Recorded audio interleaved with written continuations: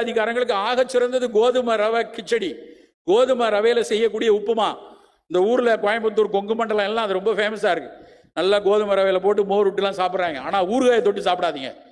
அதுக்கு தொட்டுக்கிறதுக்கு எண்ணெயில பொரிச்சு வச்சு சாப்பிடாதீங்க.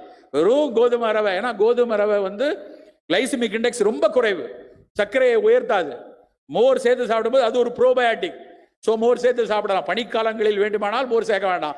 பனிக்காலங்கள்லாம் நிறைய காய்கறி போட்டு கிச்சடியாக சாப்பிடலாம். மற்ற கோடை காலத்தில் மோர் சேர்த்து அந்த கோதுமை ரவையை எடுத்துக்கொள்ளலாம்.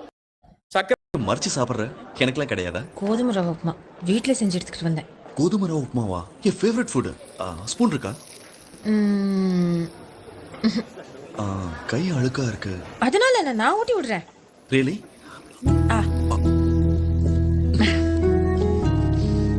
நல்லா இருக்கா?